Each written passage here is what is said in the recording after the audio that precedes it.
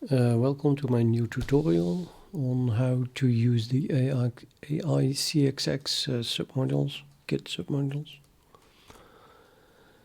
Let's say we want to create a project. I'll even make a new directory where it's like say project.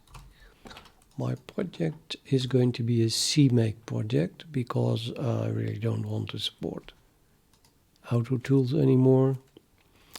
CMake is the way to go. Hence, well, let's also make a directory source. In the root of the project, well, that's here, we need let me go to my projects. We need this project, CWM4.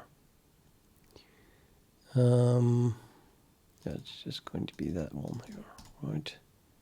We can do code and then copy it, and it's also described here. Adding CWM4 submodule to a new project. I'm gonna copy this. And this won't work. Why not? Because it just created a project. We need to do an get init.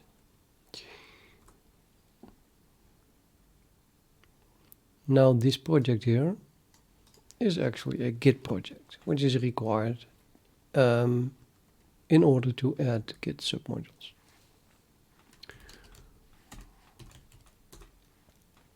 There's a .git here. Okay, now we can add Git submodule, CWM4, and we're also going to need. Let's not do that yet. Let's run into all the errors that we can get, so we get a feel of how those errors look like and then how to fix it. So if we continue here, how to use a CWM4 for a new project, then the next thing is we have to copy the autogen.sh template to the root and then run it. I'm just going to do stupid everything. Okay, this warned us about something, but okay, we can do that. Push recurse commands. I think it already did it. It did it for us. So let's not do anything. Ignore the warning as a good citizen. Then, yeah, what's next? Now we have CWM4 and we have autogen.sh. I'm going to write a CMake lists.txt file. And believe it or not, I really have to cheese a bit. I'm going to look at another project.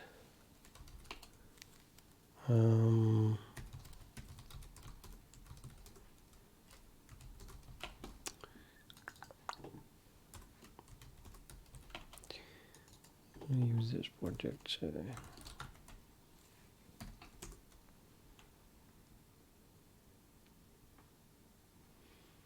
Okay.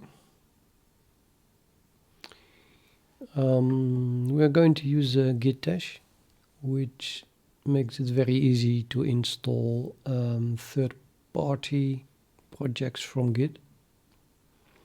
That requires fetch content, which is from CMake, and therefore we need CMake minimum required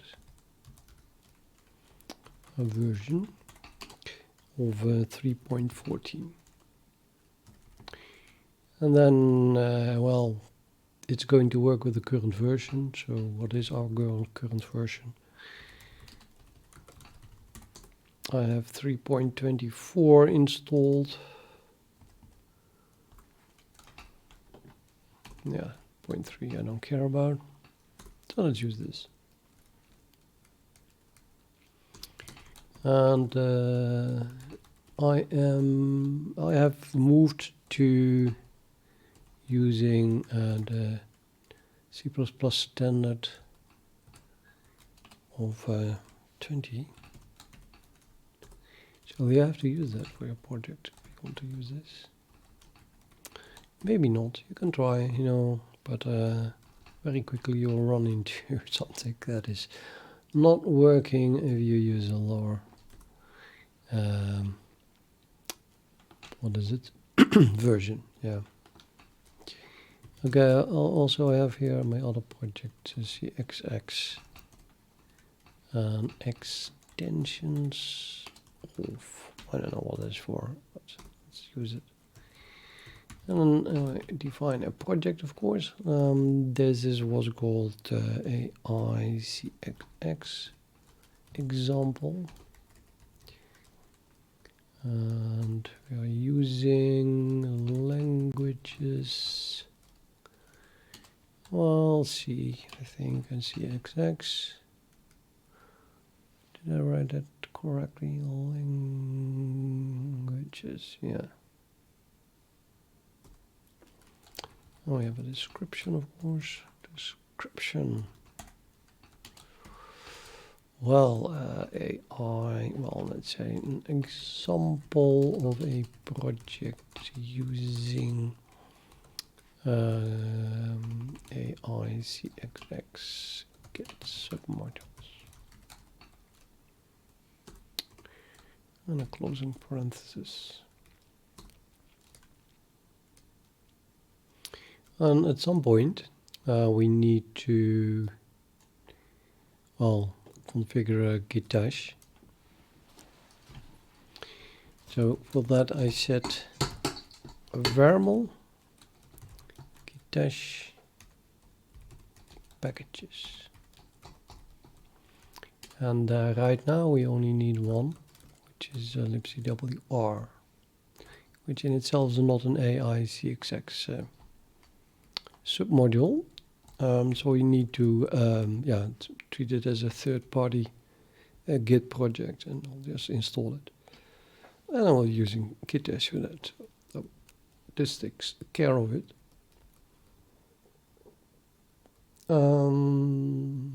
Let me see.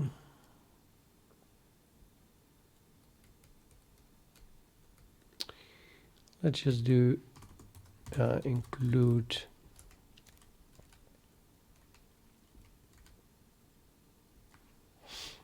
Okay, I'm not sure if this works.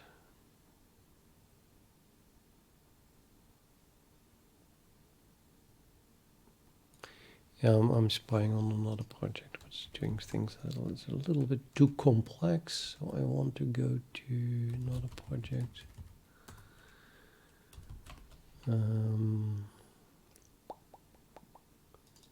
Hopefully that one works. Yeah, much better. So the simple approach here is to simply include that stable gitash, which is included in the CWM4 submodule, which we just installed. Yeah, and then well, that's everything we need here for the gitash then.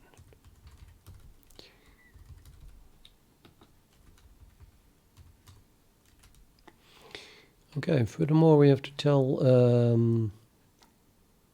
CMake that this project is using the aicxx modules. And we do that with yet another include, which also comes from CWM4. The name CWM4 is like completely historical and not meaningful anymore. Pretty random project. Okay, so I've included that. Now you could do something like, I mean, just as an example, let's say we do, I won't type this. Exit if someone tries to terminate. I don't think I wrote that correctly, but I don't know. I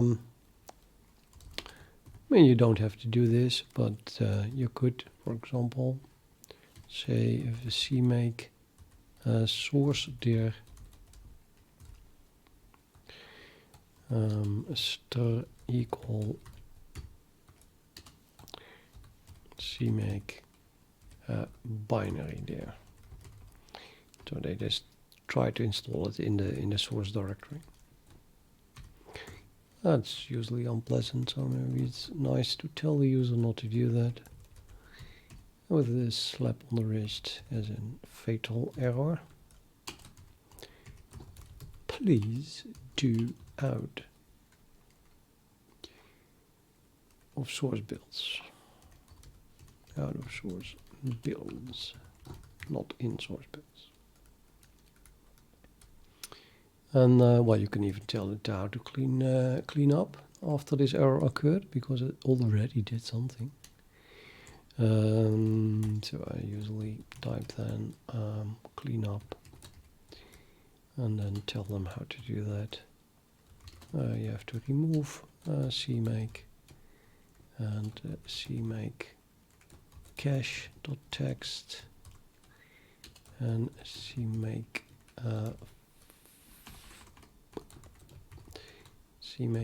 files.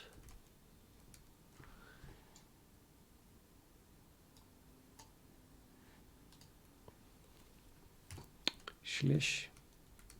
It's a directory. But okay, this is optional. And if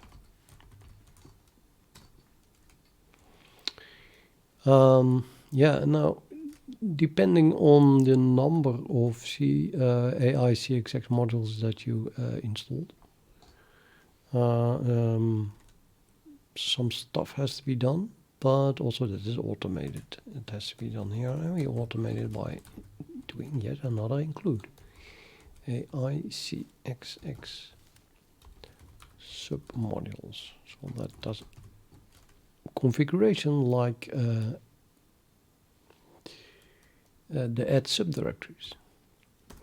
Any custom subdirectories or any subdirectories that are not of the aicxx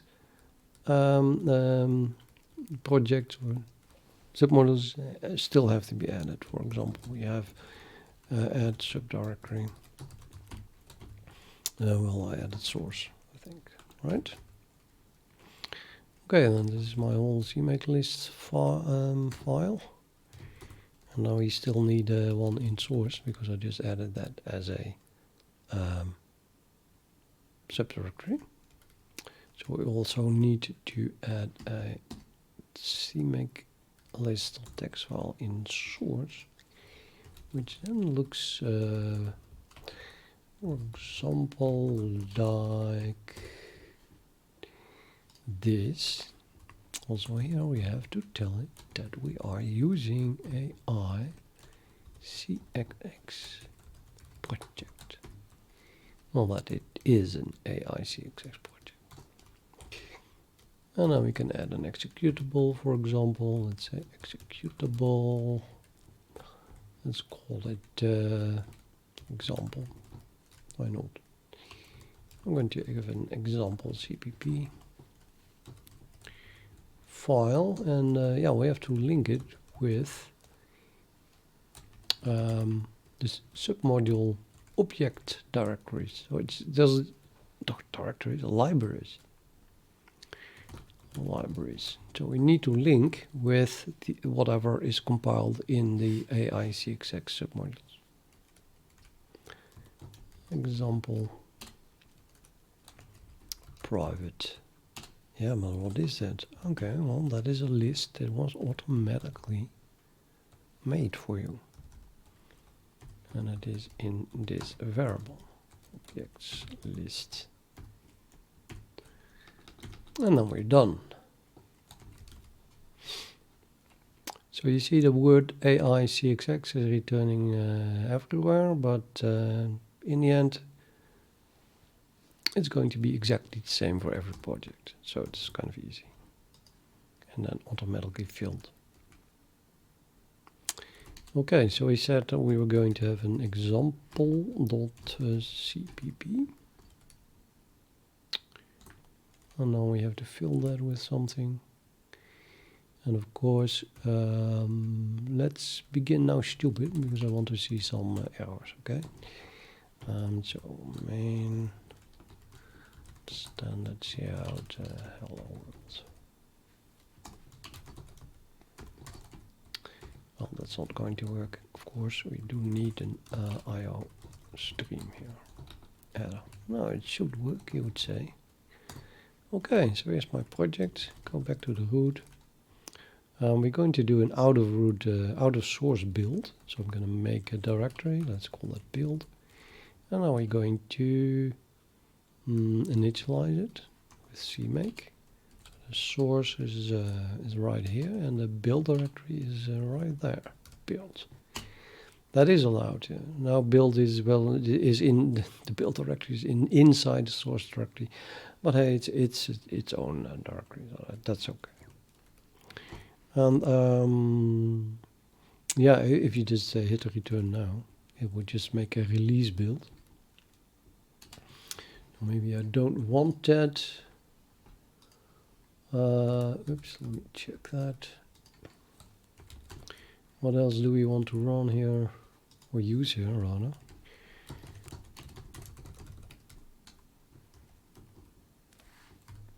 As if I know that from my head, right?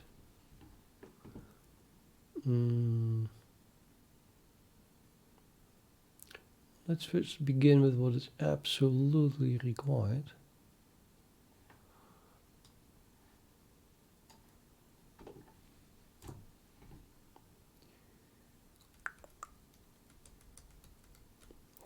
We could use we could pass I don't even know what is it called.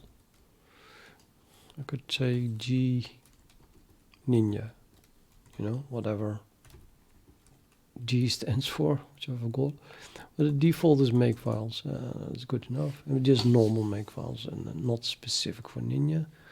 So let's just use this. And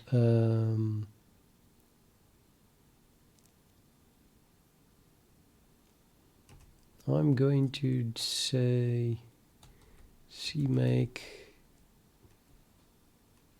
build type, which you have to specify when you make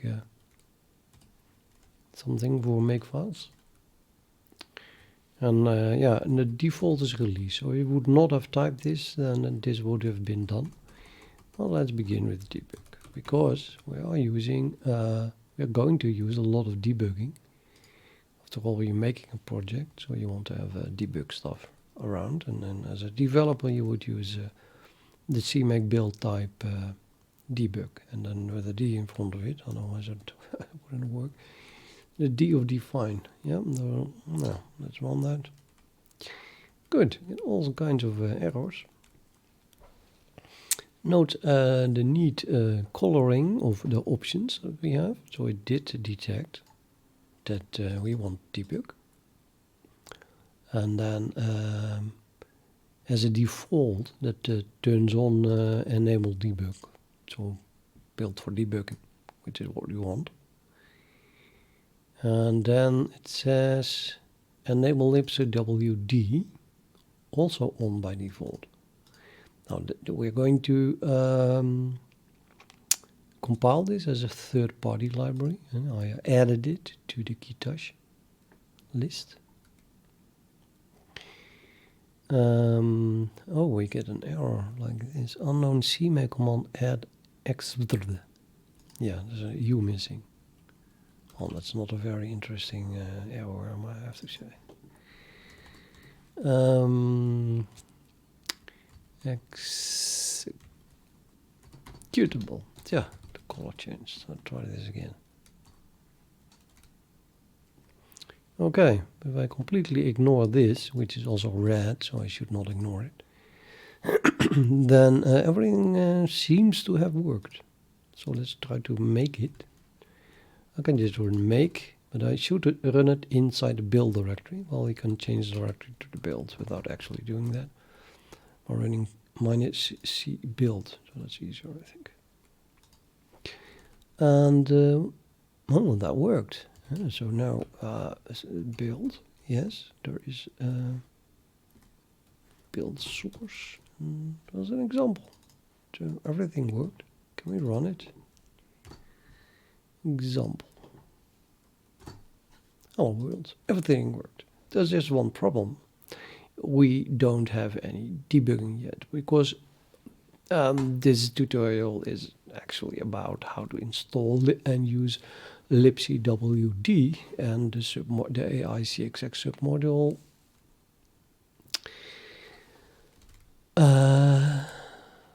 What? Yeah, cwds, which stands for debugging support. Okay, so how are we going to add debugging support here to our little project now? Don't want to change too much directories. I'm just going to edit it. Example.cpp. Okay, well, we're going to use libcwd, and that means that we need to type at the beginning of main. I believe it or not, I have to peek to make sure that I do not make any mistakes here. Just go to random example here. Well, maybe another random example.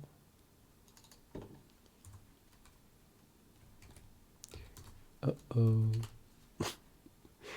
Eventually I will get an example. Yeah, that's what. Okay, so we have to name space debug, which is, by the way, not defined at the moment. It is defined by cwds, which I didn't even install yet. But I'm just blindly typing in, you know, what eventually is needed. So this is needed at the beginning of main. Just don't ask. And now we can replace this already. No, let's keep it. So at least we see some output if it compiles again. But if we want to do debug output, that would be dout, and then you have to tc stands for debug channel, and then we have a few default channels like dc notice, and then we can say, for example, well, whatever we want to say, entering main here. And, okay, you could also add more here. It's just like writing to an O string. Whatever comes after the comma here. Well, there is another requirement for libcwd. You must include sys.h at the top of every file. And don't worry, you will get used to it, and it's very handy because this is your file. That is, that sys.h can be created in the root here, sys.h, and then you have control over it. If you do not do that, it's going to include the sys.h from cwds. If you do create it, you have to start with including cwds/sys.h. So no matter what, we cannot no longer compile without also installing cwds. I'm going to try anyway, though. Then configuration is not a problem yet. So configure, this was our configuration. That still works. It's still complaining about not having gitash. But we'll still ignore that, and then we run make again. Like that, and yeah, our sys.h does not exist. Okay, well, we could make one, but really you then have to include the one from cwds. So I think that's the time now is right to go back to my projects and find cwds and then install that as well, because you really need it. Adding cwds submodule to a project, we have to run this line here. So that's done. And after that, it talks about auto tools stuff. So you do not want to do that or have to do that. Are still auto tools, auto tools, auto tools, auto tools. Is it even talking about CMake at some point? I don't think so. So let's ignore the rest and just listen to this tutorial here. Okay, we installed it. Well, now I have to say that you have to run autogen again every time you install a new submodule or even update it or anything. So if anything goes really wrong, then run autogen again. I'm going to try not to run it just to see what happens. Let's begin with simply trying to build it again. Nope, still doesn't know anything about sys.h. Well, that's quite logical. We just created a directory here, but the build system doesn't know anything about that. I mean, I could have created a directory called sister or mother or whatever. Let's configure it again. Configure it. Okay. No, nothing new, I think. Oh, there is something new here. Configuring subdirectory cwds. Found boost. Yeah, okay. It is using boost. So if you do not have boost installed, it's going to stop here and say, sorry, I could not find boost. So on Arch, that would have been backband minus -s boost. Well, with sudo in front of it. But I already have sudo installed, and just like I already have my compiler installed and I already had CMake installed. You might run into all kinds of errors that you don't see here, and then that's simply because you did not have a certain package installed. Okay, so now after configuration, we're going to try to build it again. And in this case, we get the error. Error libcwd threadsafe is set, which implies the use of threads. You should also define reentrant, blah, blah, blah, blah. Error, thread, use of threads, da, da, da, da. Okay, the reason for this error is because we don't have libcwd. And why don't we have it? I mean, that would take care of this define. The reason that we don't have that is because we don't have gitash. Gitash is disabled, and gitash is what is going to install our libcwd. Furthermore, there is a problem compiling cwds, benchmark.aicxx in particular, because we don't have utils. Utils is also an aicxx library. I'm going to fix that because I think that's kind of ridiculous to demand that also utils is installed. Very handy, by the way, utils, but okay.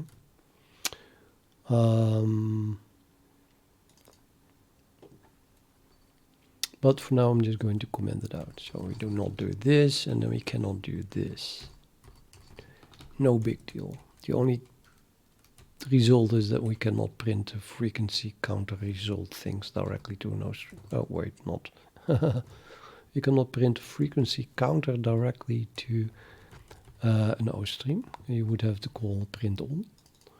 And I'm going to fix it by simply adding a friend in O stream inserter here, and then not using utils for now.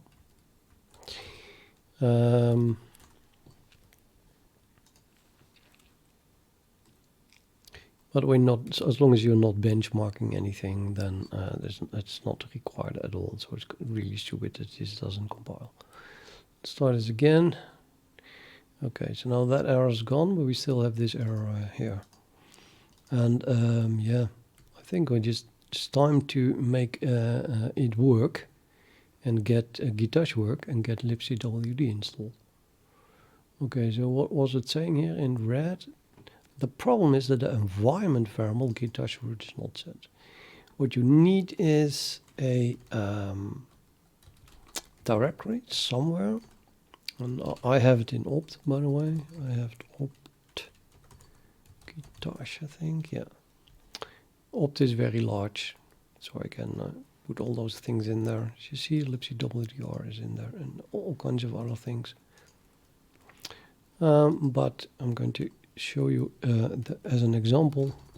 Do it again. Let's say make dir here, and let's call that gitash as well. Okay, and then I want to set, I don't know if it needs to be exported, but in the end, you do want to do that. Gitash root is user source, blah, blah, blah, slash gitash, yeah, the directory that we just made. Empty directory that we have write access to. Now I can run the configuration step again. I thought I could.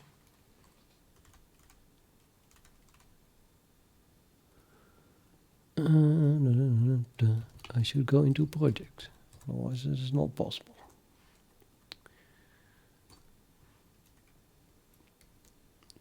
Okay, as you see, gitash root is that. So there's one error less. And then it says in red here, CMake error add no configuration file found for package libcwr. It doesn't know anything about libcwr. Please add the file. And then here you have project, and what we need is a directory, CMake, and inside that another directory, and inside that file. It doesn't say what you have to put in the file, so that's oops. Well, it differs from project to project. I happen to know what goes into it for libcwd. So let's make the directories CMake gitash configs, and then we're going to add this file and put in there. Yep, and then sneakily I could have done it.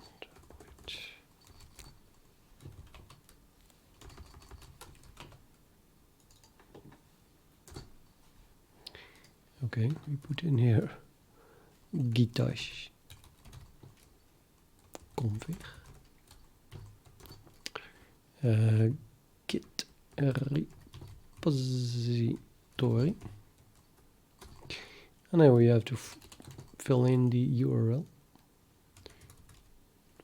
of the project, and this case that is github.com/libcwd.git, and that's the URL, the git URL. Okay, which tag do we want to use? You could use master here. You have to read the documentation of gitash just on GitHub. So there's the same URL, but then gitash.git, and then sorry for the details of this file. I'm just giving you what you can use here. For libcwd. Okay, I think that is, yeah, maybe I should make this option by default off. I think it's currently by default on, and it's just better to make it off. Helloc. And then we have another option, enable libcwd location, and we want that on. These are, well, good defaults. Yeah, I want it there. So now this project is going to be checked out using this branch. You can also use a tag or a branch. And then it's going to configure it with CMake. And CMake is going to be configured by passing this. And yeah, well, these are just Boolean variables that configure libcwd. So we'd have to read the documentation of libcwd to understand what it is. Now we made that file, what is that it is complaining about here. So now we can run the configuration again. See what happens now. A whole lot. Okay, let's see what all happens. What all happened, I meant. Okay, the root is still there, and then we get there's no message log level set. You can set this as well, by the way. Just, you know, here -d, and then there's this thing, and then I don't know. What word did he use here? Oops. I think normally I use status.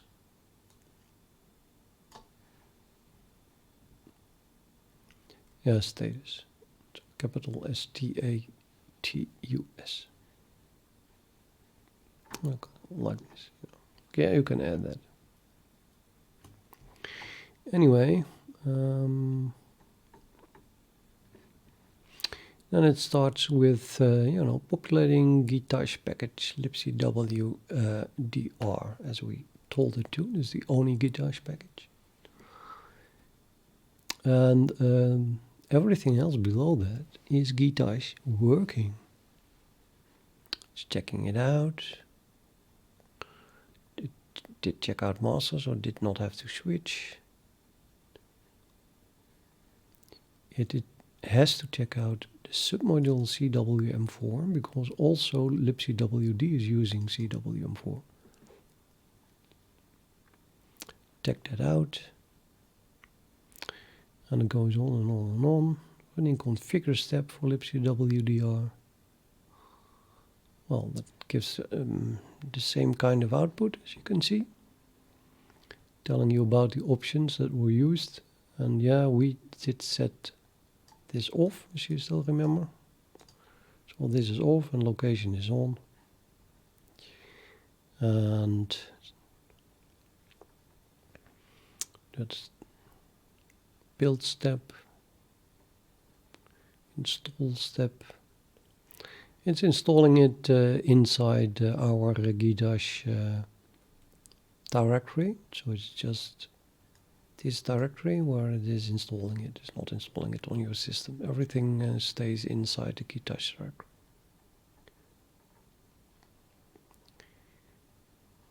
Well, this is nobody knows, but it's smart, so it understood that this was necessary. And then we're back in our own project. So what changed here is now that now it says found libcwd, and it found it in gitash directory where I just installed it, and therefore it could enable libcwd. So now we can build it again. That was make -c build here.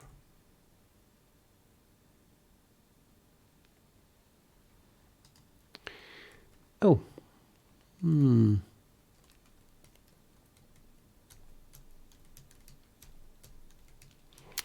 well, the reason that it has no clue what this is because we forgot one header, or rather. I get that now. Okay, so I did an IO stream here, which is necessary for this line, but this line and this line 2, by the way, also need a header. And that header is called debug.h. That you all understand. So every time, this is always required in all .cpp files. And debug.h is only required when you use macros like debug and namespace and the out and etc. So if you actually use the debug. Let's try it again. This time it compiled. So we can run it. That was a build source example, right? Now it prints. Notice entering main.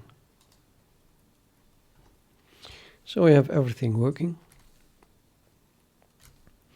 What can I say? Now, what can we do with it? Might as well make it a full tutorial. Let's say we want to, now I'm going into source and I want to do something special. Well, I do have,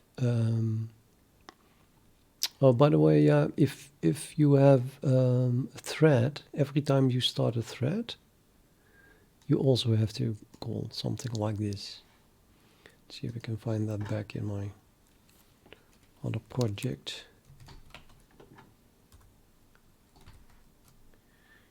I should do gs, I guess.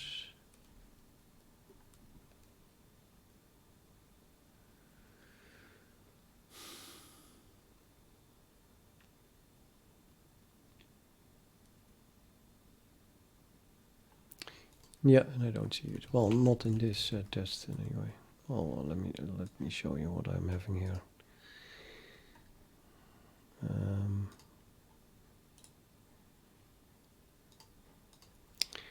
I was speaking in the utils test suite, but for threads we have to go to something like threadsafe. I'm even going in here, I think. To something with threadpool in it, would that do it? So let's search for namespace : in my large project. Init thread, yeah, this one. You have to call this. So you have to pass a string. I guess that's just a standard string to it. You don't have to though. You can also just do that. But often it's nicer to pass a string. I think this might be an example that we can look at.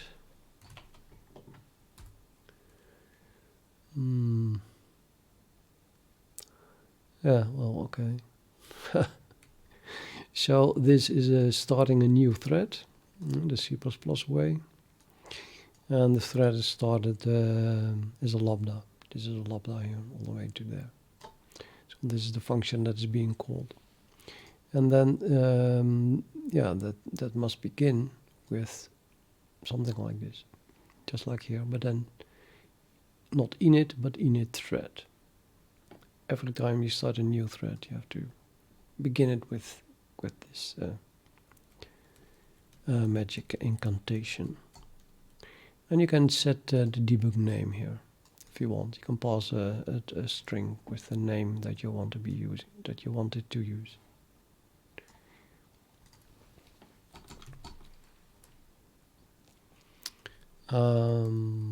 Let's try if we can do that here. Just copying it.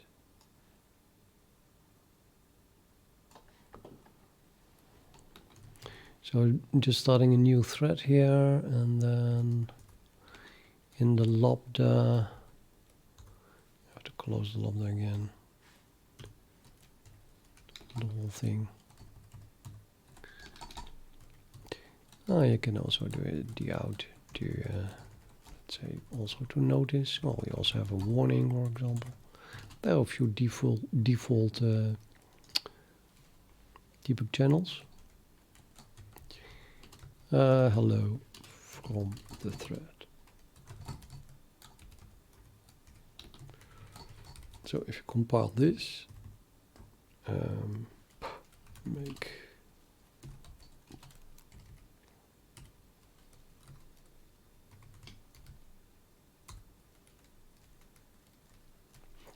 Yeah, you have to keep your headers in order. Include thread, so not just thread, or is it threads? It is just thread. And then we'll build an example on it again. Terminate called without an active exception. Oh, I did make a mistake. What did I do?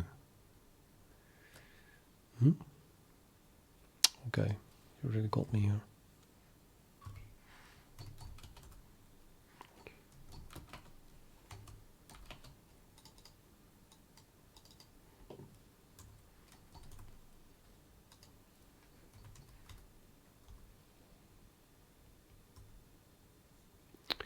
Abort.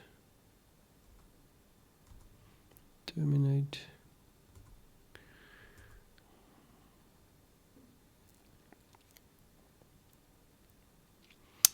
Oh, we're destructing the thread without joining it. It's a bit vague, isn't it? That's not allowed. We have to join with the thread before we leave everything. At the end of so we do that and then join, and then the main thread will wait until this thread is really done with everything that it is doing. It's not doing much, but it wants to get the chance to print something. Build it again, and then we run it, and now it works. And as you can see, that is really ugly. This is the thread ID. So we're going to give it a name, right? Let's say give it the name our thread, or whatever I want. Could be a standard string, standard string, I think. But yeah, we can also pass a character const pointer. Okay, so let's run that again, and now it's called our thread. Yeah, that reads a lot better, I think. It also prints that the thread started, and that the debug margin is set to, well, whatever this is. You can change the debug margin, of course, yourself as well. Maybe you don't like all these spaces, and it's anticipating on having other debug channels that are much longer. Probably also have that. But there's something I skipped, by the way. This is sneakily using a file in my home directory, which already existed, so we didn't run into it. There is a .libcwd, what is it? libcwd.rc file in my directory, and it begins with silent is on, and then I have channels on, and then I have loads of channels that are on, and yeah, sorry, but you have to add this as well, so you can start typing. Well, I mean, you can turn silent off maybe for a start.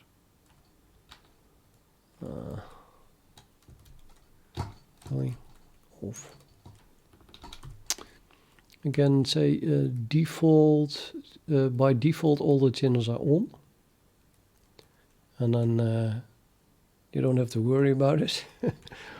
But these two lines are required as well in certain cases. It is namely possible to just add something to your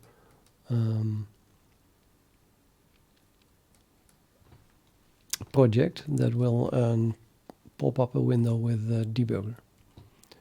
So even the debugger did not run, you just run your program, and then the debugger will pop up. That will execute this line. Now, that's only going to work if you have a repo base set in your environment to, well, let's say, the repository base of your project. So And this is, however, filled in by the project itself, so you don't have to worry about that one. I'm just using this, you know, so I can put any .gdb init in my project, and then it will pick up the right gdb init, because the current project always has this environment variable set. But you probably don't have this set, so you should I don't know, maybe pick it up from your either put a full path here or pick it up from your home directory or something like that. And then you have X terms are pretty random. I'll always use the console as my terminal, but it's just called X term. And then you can put any command here that you want, and it will execute the GDB command with it. So this is what it is using to pop up that window in which then GDB is being run. So you can also play with it, of course. I'm making use again of the environment variable. So pwd is always set to the present working directory, and why not? So then we know what it is. I'm gonna give it a name, so I can use how are those things called? You know, like Fluxbox.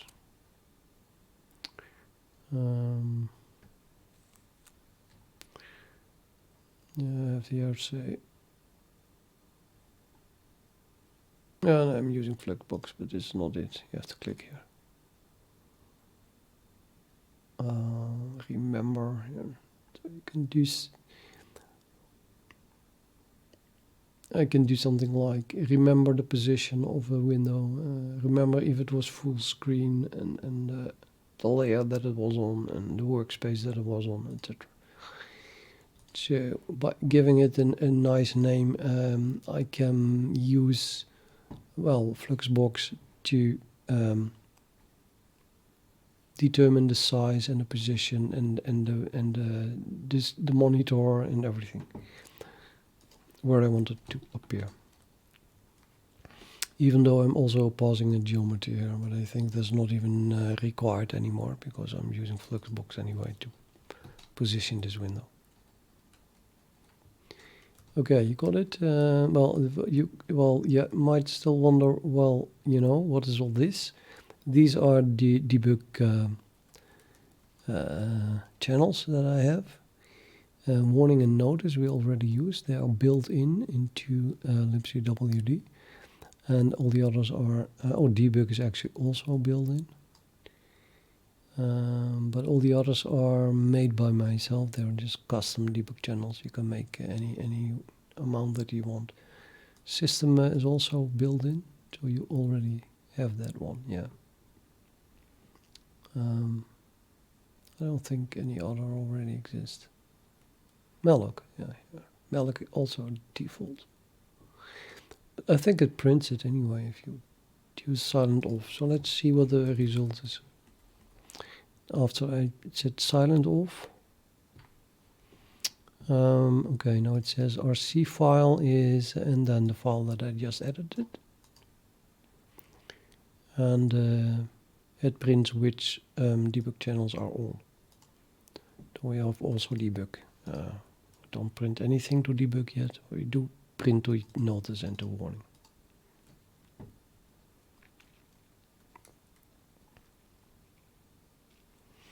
Now, all that non-silent output in the beginning is prefixed with RC file, and then here our own program debug output start.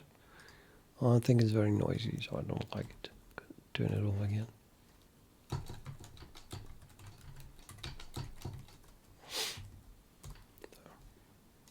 Of course, no recompile is required. Obviously, it just reads the .rc libcwd rc file every time you run it. Okay, what else can we do? Well, quite a lot actually, because I could go to, let's go to my home directory, evio libcwd, quick reference, we have a reference manual. So this describes what you can all do. Let's see if I can see something that I want to. Well, you can not just a debug channel, you can also with vertical bars, separated by vertical bars, give all kinds of configure flags. CF stands for configure flag. For example, if you'd say blank label, that's just one of them. Here's the whole list. What you can do. Okay, omit new line at the end, omit margin, label, marker, and indentation. Just omit a label, marker, and indentation. Replace the margin by white space. Replace the label by a white space. Replace the marker by a white space. Force the output to be written to standard CR. Flush the O stream after writing to this output. Wait is interactive. Wait till the return is pressed. And you can pass the flag error CF, and then an error will be appended. Let's try a few of those. Let's try wait.cf. So let's say we're doing here, we do a wait CF. And then here I want to try the also we have error. Let's say error.cf. Well, there is no error, but it's going to print something, I guess. And now we have to recompile, of course. Now we run it again. It prints entering main, and now it says enter type return. So that's the wait flag. And then here it said colon 0. That's error, and that's translated into success. So this was what extra printed because of the error here. CF flag. Okay, what else do we have here? Output destination. You can set the O stream that it must print to. The default is standard cout. But, well, you can print to any O stream that you want. Output device.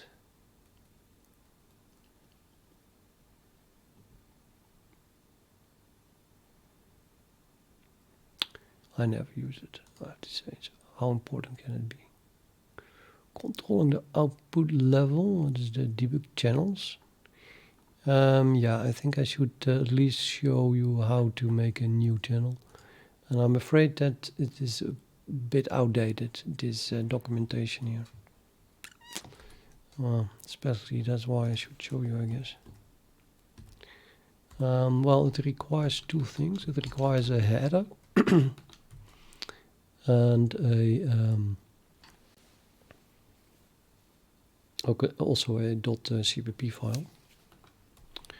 And we can of course put it in here, but yeah, I mean, you want to use your debug channels, of course, also in other compilation units. So it's more logical that it's going to be part of some kind of header.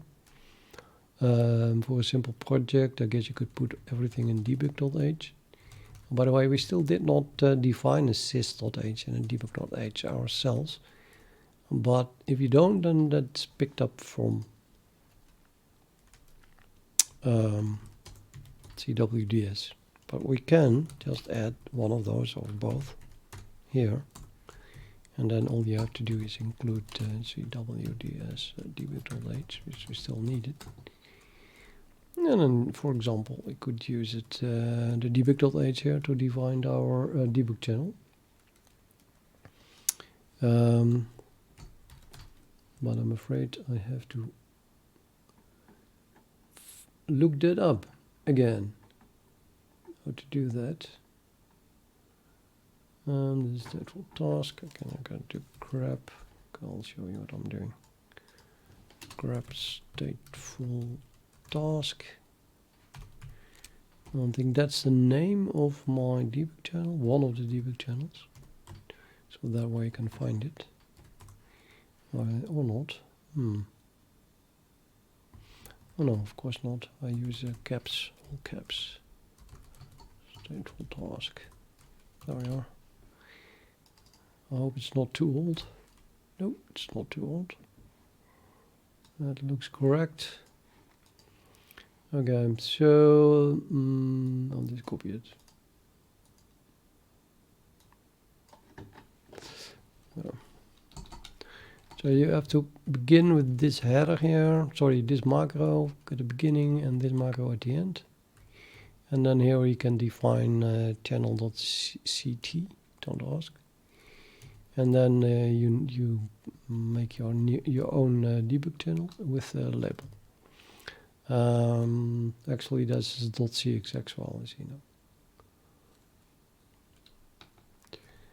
know. Okay, so it's not true. No label. What shall we use? Our debug channel. Full bar. So it must be an external in the header, right? And then we need a new file. Let's say we have that in source. That's why putting a debug.h is kind of weird. It's more like the debug channel belongs to something. So for example, you have a foobar .h and a foobar .cxx. But okay, let's or cpp. Let's just use this. Yeah, you remembered it. Sys.h required. And let's include debug.h, even though it might not be needed here. Oh, it is needed. Of course it is needed. Because the macros. Okay, and now I will call it foobar, right? And then label, well, what's the logical label? Foobar, right?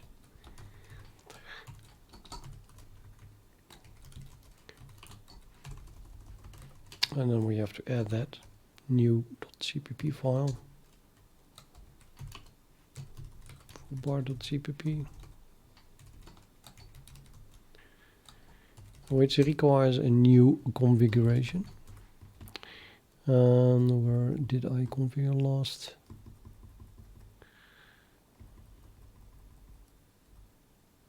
Here. I'll build again.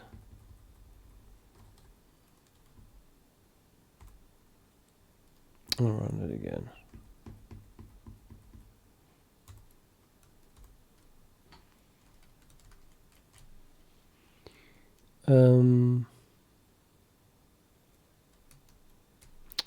No change because I didn't even use it, but it compiled.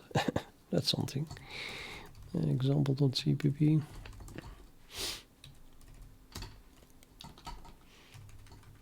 Okay, let's remove this weight. Let's not print to warning, but let's print to foobar. And I don't want to see this anymore. Compile. Run.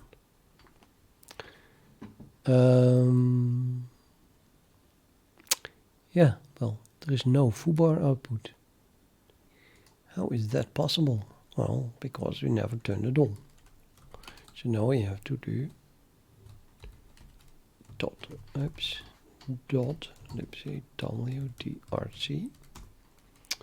and turn it on. I'm just going to use this line here, foobar. You can also do foo star, by the way. Let's use foo star. And now it prints it. Foobar. Hello from the thread. How cool is that? Now suppose for some reason you don't want to do this. Oops. Really? So, no foo. I insist on turning it on from my program. That's also possible.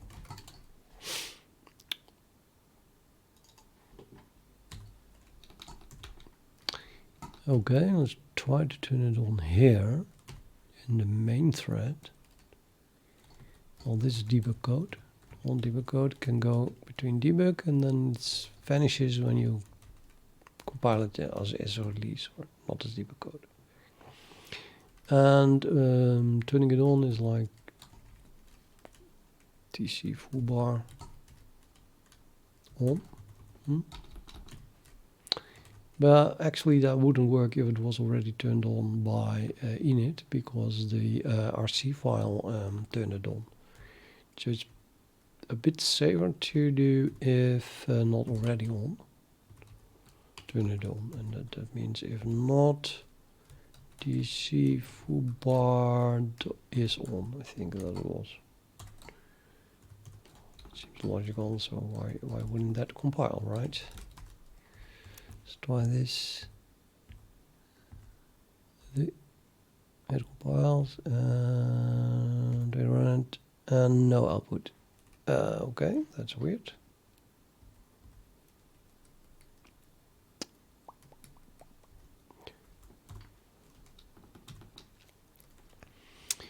Now, maybe it is because it's printed in our thread. A new thread, this init thread reads our C file, but it forgets all about what you did in this. Channels are turned on and off per file, per thread. So now foobar is on in main, but not on in even a thread that's created afterwards. So if you can do this, for example,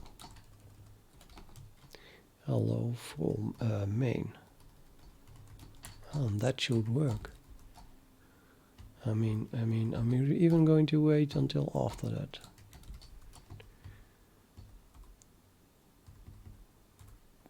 See, that works. So yeah, you have to turn it on. If you do not turn it on from the RC file, you have to turn it on from the thread itself where you want to use it. So move this into this thread here, and now this will be printed and that won't be printed. Now it's just hello from the thread, and the hello from main is gone. Let's see what else do we have. Predefined debug channels. Okay, this is the list of all the debug channels that exist. Also have a DC always. Oh yeah, we have continued and finish and fatal and core. My God. Do I have time to explain all that in one video? Not really. I think I'm gonna skip over the continued for now. Format.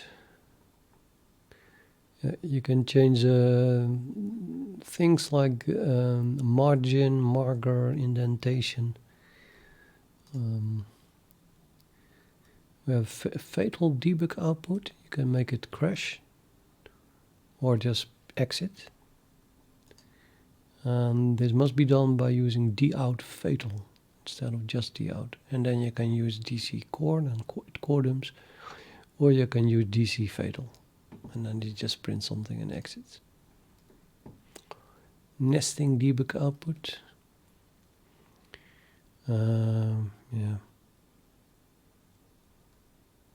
You can do something like we are printing something and then something comes suddenly in between.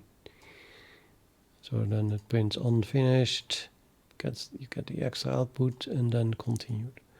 While if notice is turned off, you would just see all of this on one line. You would just see generating tables done right here, like this. Yeah. How to do that? And well, you need these flush and continued flags, and you need the DC finish and the DC continued debug channels and stuff. It is explained here, I guess, although the format is absolutely horrible, but it would still work. Are interested in that part.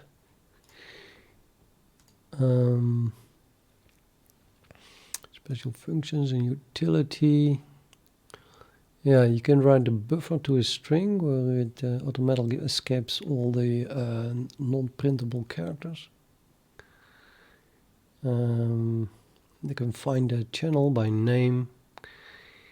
You can list all the channels at any moment that you want. There's a macro that runs over all debug channels if you want. There's just a lot. Too much to cover. Okay, we turned off allocation support. I'm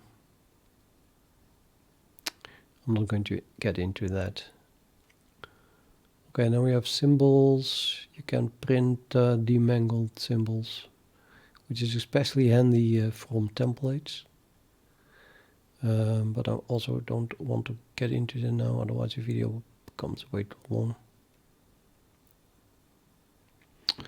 I think you have to have a look at cwds. I'm going to go to repositories. Let's see if we can find something about it here. I do not really think so. There is not much explained, right? All this blah about auto tools. Nope. Well, it has a few interesting things.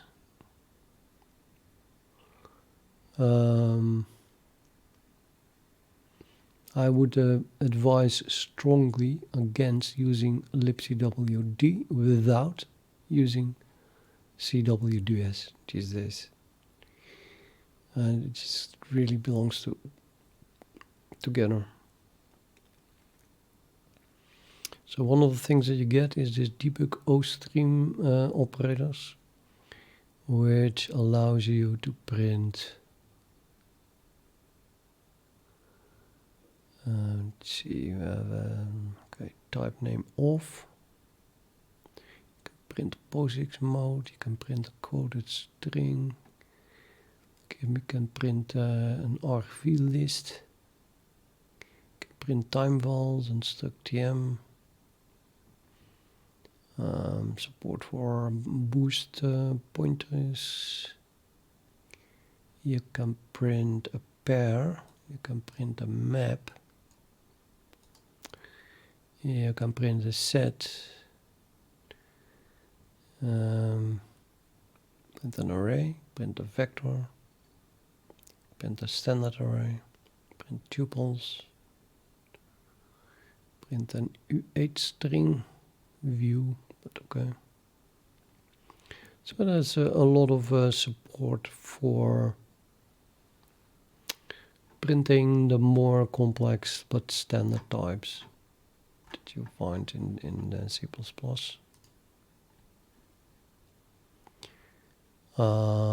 There's a benchmark here with the explanation in the code, in the header, with example code, and this should allow you to time a single instruction. It's just like insanely accurate. Maybe we should do separate videos about those things. That debug.h that you always include is mainly responsible for, you know, all the macros that exist that you use, like what we used dout and we used debug so far, to replace them by something that generates no assembly at all if you run if you compile it with in release mode and not in debug mode, because of course they still have to be defined, but then to something that's empty. And you see the dout fatal is also redefined, but not to something empty, because, well, fatal is fatal. So even in the case of when you have no debug code, then the dout fatal is still fatal, still printing something, but then to standard C error and just exiting.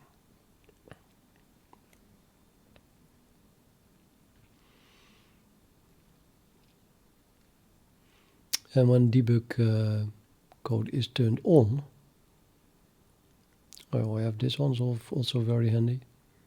CW debug only. You put that around something that should only exist when the debug is turned on.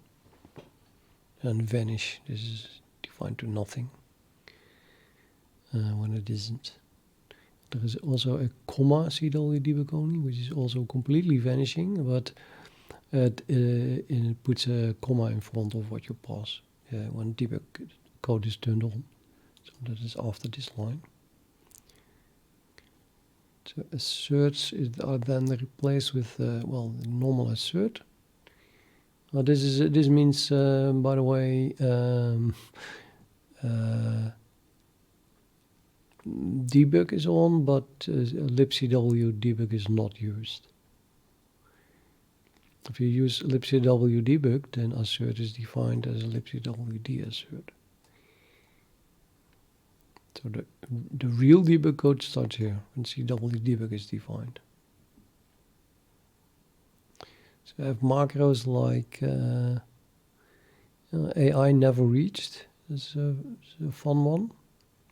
Sometimes you get a compiler error about, let's say, a function that.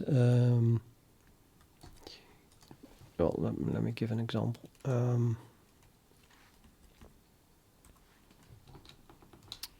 I'm going to call here a function, and I'm going to print it. It's not really part of our program. It even exists without debug code. So just printing return of the function, and the function looks like this. It's an int f. Yeah, I have to pass something. Let's make an enum here. Let's say enum e, having a few values. Let's say I don't know, AA and BB and CC. Pass E here. Now we do switch. Switch E. And now we do say case AA. Return 42. Case BB. Return 13, and case CC. Return 0. And we never get here, of course, because, well, I wouldn't know what to return. I don't want to return anything. I took care of it here, and it's just an example. If you think this is nonsense, then trust me, there are many cases in which something like this happens. Now, if you try to compile this,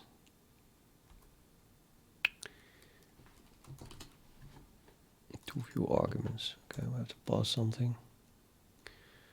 Maybe it's going to optimize stuff away now. No, good. Okay, so we get a warning. Control N reaches the end of a non-void function. Well, no, it's not, because we never get here.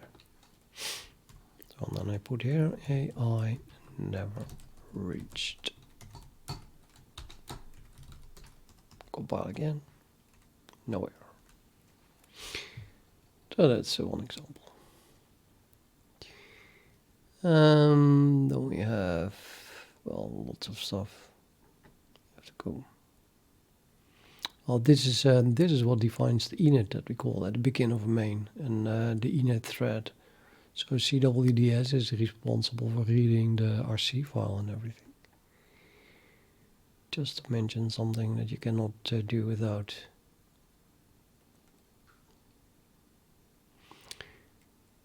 I have a being traced function that returns true if you are inside the debugger. And you can do it temporarily in indentation, increment the indentation of your output just by creating indent. I'm giving an example. So what namespace are we in? Well, we are in namespace debug channels. I don't think so. No, that's here.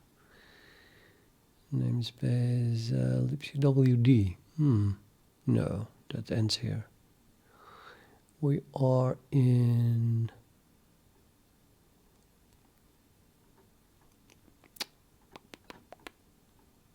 I have no idea.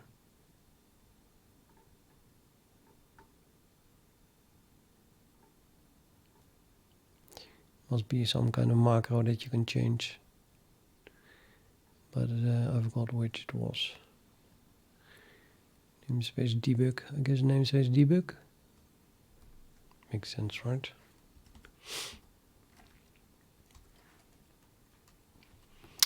Okay, let's try to increase the indentation. Let's do something here.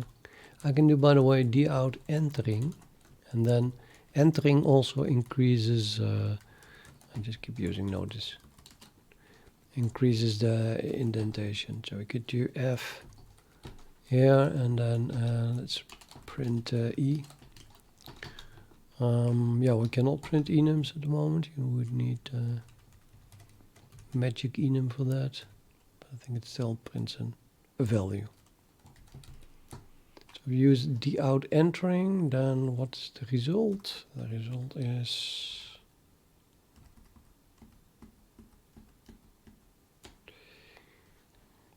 this. Entering F1, and then everything what is printed inside F1 is indented. So maybe I should actually do something inside it. Print it. Let's say we print the out notice. We are here.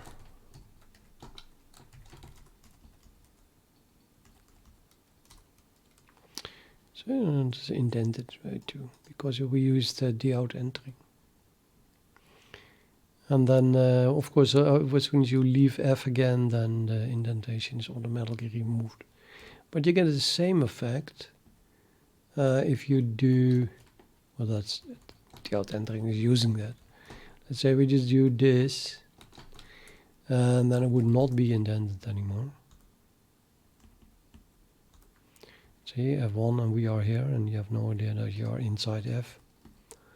But you can do indent. So indent, whatever. And on dummy variable, and then let's say we want indentation of 8 spaces. And I don't think this works because I have to put something in front of it. And I think it's namespace debug.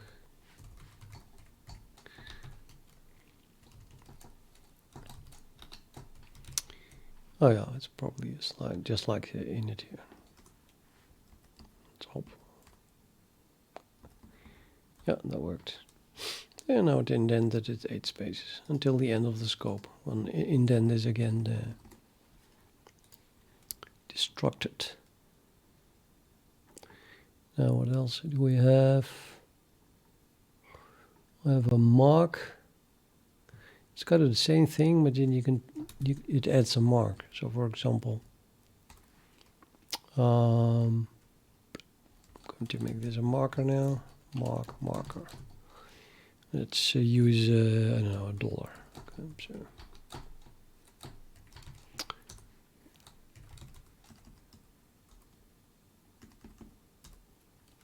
so now it puts $1 in front of it. And in everything, you know, every output, right? So let's say we have a lot of these lines, and well, I like the vertical bar a little bit more. Well, that's another way to be pretty clear that you are inside F. Yeah, but it's all also indented, but even a little clearer, especially when threads start to print something in between. But I also have support for coloring every thread separately.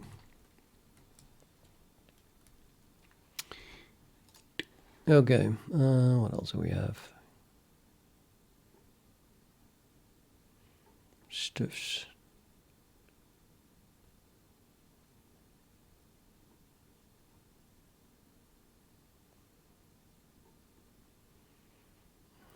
support for passing debug output from child process to the main process.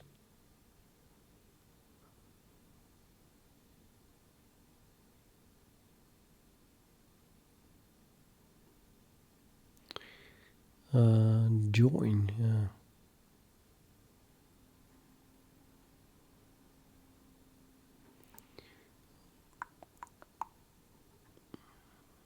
So can do join and then print it to an O stream.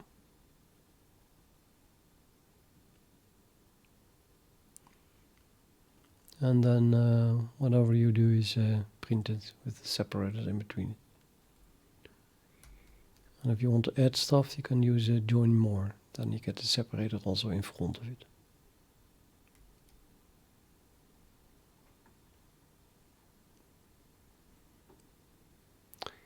It's of course mostly handy in template functions. Well, here's an example. Suppose you don't really know how many arguments you have, parameter pack. You can use join. You can just print join and then separator here plus and then the arguments. And then you get all the arguments printed with space plus space in between them. So this is the output.